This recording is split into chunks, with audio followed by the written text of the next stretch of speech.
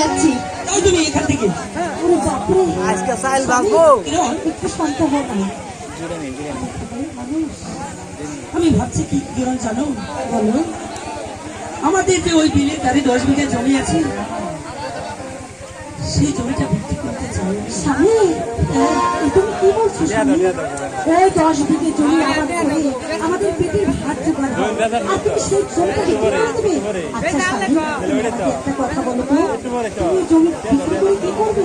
শোনো কিরণ, ওই জমিটা বিক্রি করে আমি কিছু টাকা দিয়ে ধান কিনবো, আর কিছু টাকা দিয়ে ব্যবসা করবো, আর বাদ বাকি টাকা নিয়ে আমি পুরোটাই তোমার কাছে রেখে দেবো। স্বামী তুমি কি বলছো স্বামী? হ্যাঁ কিরণ, তুমি বিক্রি করবে? হ্যাঁ কিরণ, ঠিক আছে স্বামী, তোমার যা ভালো মনে হয় তুমি তাই করো স্বামী। ঠিক আছে কিরণ, আমার বড্ড ক্ষুধা পেয়েছে, তুমি আমাকে খেতে দাও। তাই চলো স্বামী। ঠিক আছে কিরণ, তাই চলো। তাহলে তাই চলো।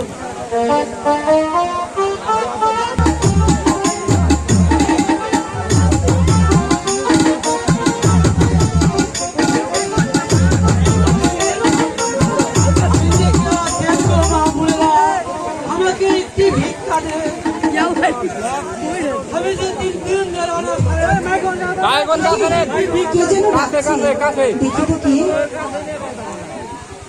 কে?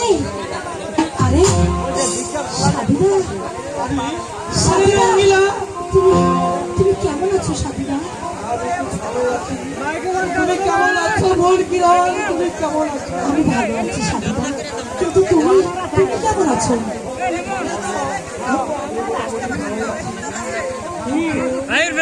এই অবস্থা কেন রে কিরণ বোন?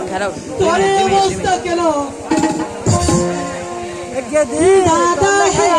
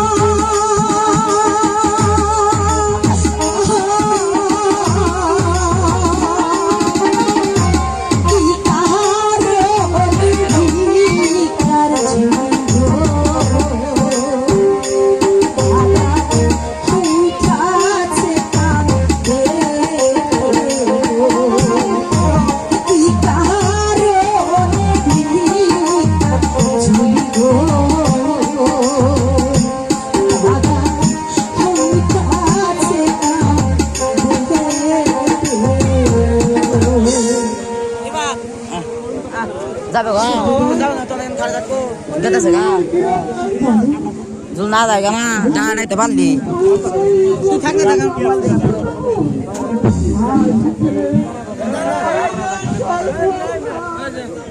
এর তোমরা দো বাল করো আমার যাবা গা কি করবো